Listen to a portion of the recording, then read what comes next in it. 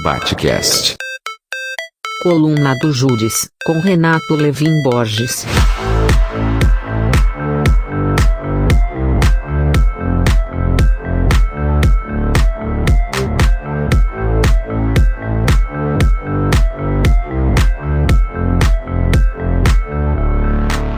Bom momento, essa é a coluna do Júris voltando e hoje eu vou falar sobre discurso e as materializações dele, porque nós temos atualmente, não só agora, há muito tempo, acusações dos efeitos que os discursos, principalmente negacionistas e violentos, têm causado materialmente, como violência física, psíquica e de outras ordens.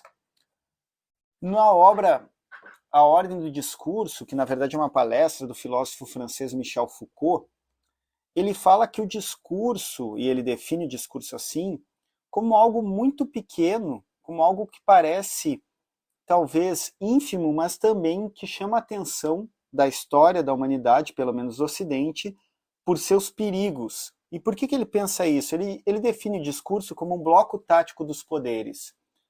E o discurso, vai dizer ele, não é só um revelar, apontar para as coisas que estão no mundo.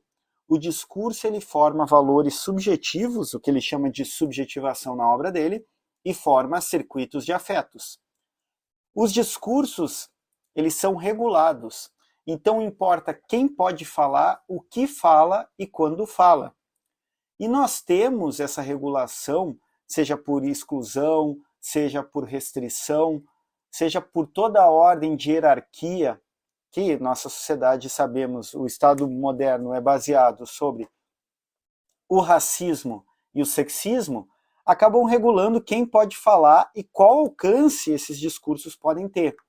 Quando a gente pensa no papel do presidente da República do Brasil, Jair Bolsonaro, ou de outros líderes mundiais, sejam eles de extrema direita, como Bolsonaro ou não, eles têm um alcance que não é só um alcance puramente discursivo. O discurso ele não é, inclusive, só palavras. O discurso é sempre acompanhado por gestos, por modos de ser, por olhares, por rituais, enfim.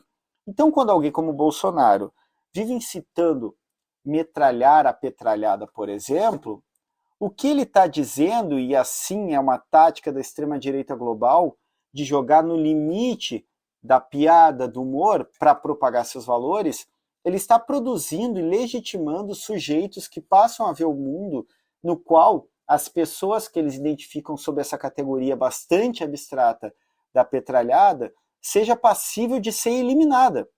E não por acaso acontecem coisas como o assassinato em Foz do Marcelo, que comemorava seu aniversário com motivos lulistas e foi assassinado por bolsonarista, e que, incrivelmente, a delegada do caso acabou por dizer que não foi um crime político, uma vez que o assassino, após discutir com Marcelo, voltou para sua casa e só aí voltou com uma arma e o assassinou. Portanto, não haveria conteúdo político, o que nos faz lembrar que Mein Kampf, o livro Minha Luta, de Adolf Hitler, com seu projeto ariano supremacista, foi escrito em 1925, embora ele tenha chegado ao poder em 1933, e a solução final, ou seja, os campos de concentração, são acordados na Conferência de Wannsee, em 1942. Possivelmente, então, dentro dessa lógica, não seria um crime político. Claro que aqui eu estou sendo irônico, na verdade, os discursos eles tendem a se materializar, e quando a gente olha para a radicalização de jovens na internet, eles ficam muito tempo expostos a imagens e discursos e piadas, etc., bastante violentas. E isso tende, em algum momento, a se materializar. Seja como uma agressão psíquica, seja como uma agressão física, ou até, no limite, a eliminação de si ou do outro. Como no caso da Black Pill, que eu já comentei em outras colunas aqui.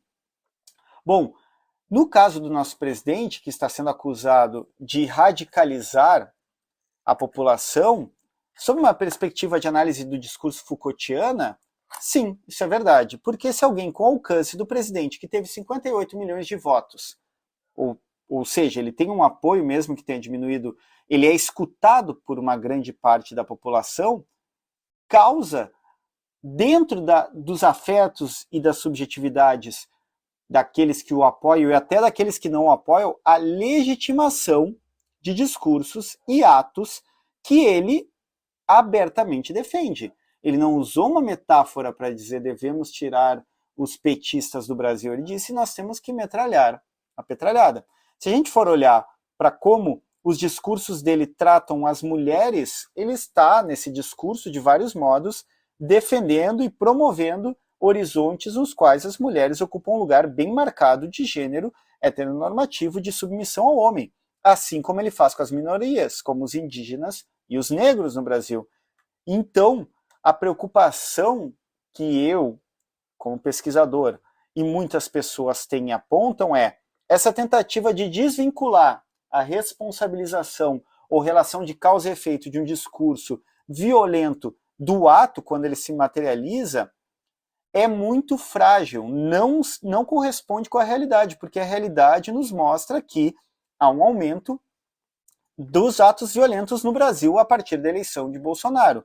Se nós tivemos, como mostra a antropóloga Adriana Dias da Unicamp, um aumento de 270% de grupos neonazistas no Brasil desde 2018, se nós tivemos o efeito Bolsonaro na pandemia, ou seja, uma tendência percentual, medida percentualmente pela Federação Getúlio Vargas, de mais contaminação por Covid e morte, portanto, porque onde Bolsonaro foi mais votado, as pessoas acreditaram mais nos seus negacionismos, como não usar a máscara e usar remédios comprovadamente falsos, que não fazem nenhum bem no combate ao vírus, nós temos, evidentemente, uma relação de causa, que são os discursos violentos e negacionistas do presidente do Brasil, Jair Messias Bolsonaro, com as suas manifestações que já são mensuráveis, não é por opinião.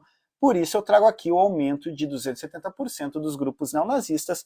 A gente tem cada vez mais casos de assassinatos de pessoas por bolsonaristas. A gente tem um aumento de pessoas morrendo e se contaminando por Covid desde o começo da pandemia, praticamente em março de 2020, por conta dos discursos do Bolsonaro. Então o discurso, por menor que ele seja, retomando a ideia da ordem do discurso de Michel Foucault, por menor que ele seja, por menos importante que pareça, ele causa efeitos muito concretos e, quando nós tratamos de discursos da extrema-direita, efeitos bastante pavorosos e violentos.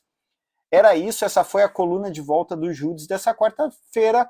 Seguimos, vamos arriba! Batcast.